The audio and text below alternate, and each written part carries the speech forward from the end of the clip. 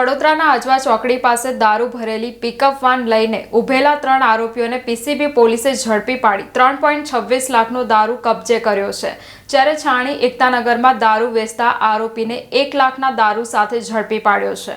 PCB પોલીસને માહિતી મળી હતી કે છાણી એકતાનગરમાં રહેતો ઇકબાલ ઉર્ફે બબલુ લિયાકત અલી સૈયદ બહારથી વિદેશી દારૂ લાવીને પોતાના માણસ શહેજાદ ઉર્ફે સેઝુ શેખને રાખી વેચાણ કરે છે। હાલમાં શહેજાદ ભૂખી નદીના કાસ પાસે આવેલા મેદાનમાંથી વિદેશી દારૂનો જથ્થો મોપેડમાં ભરી રહ્યો છે તેમજ દારૂનો બીજો જથ્થો કારમાં છે, જેથી સૂચના મુજબ સ્ટાફે ઉપરોક્ત સ્થળે રેડ કરીને શહેજાદ અલ્લારખા શેખને ઝડપી પાડ્યો હતો, જ્યારે ઇકબાલને વોન્ટેડ જાહેર કર્યો છે। પોલીસે દારૂ 899 બોટલ કિંમત ₹1 લાખનો મુદ્દામાલ કબજે કર્યો છે, જ્યારે કાર, મોપેડ, રોકડા અને મોબાઈલ મળી કુલ ₹3.72 લાખનો મુદ્દામાલ કબજે કર્યો છે। જ્યારે અન્ય એક બનાવમાં પીસીબી પોલીસને માહિતી મળી હતી કે આજવા ચોકડી બ્રિજ ઉતરી ગોલ્ડન ચોકડી તરફ જતા રોડ પર એક પિકઅપ વાન ઊભી છે જેમાં દારૂ છે, જેથી પોલીસે ઉપરોક્ત સ્થળે જઈને તપાસ કરતા દારૂ ભરેલી પિકઅપ વાન મળી આવી હતી। પોલીસે આરોપી સંતુ લલનભાઈ યાદવ, સુનીતા હેમંતભાઈ પરદેશી તથા કિશોર પોપટભાઈ તાયડે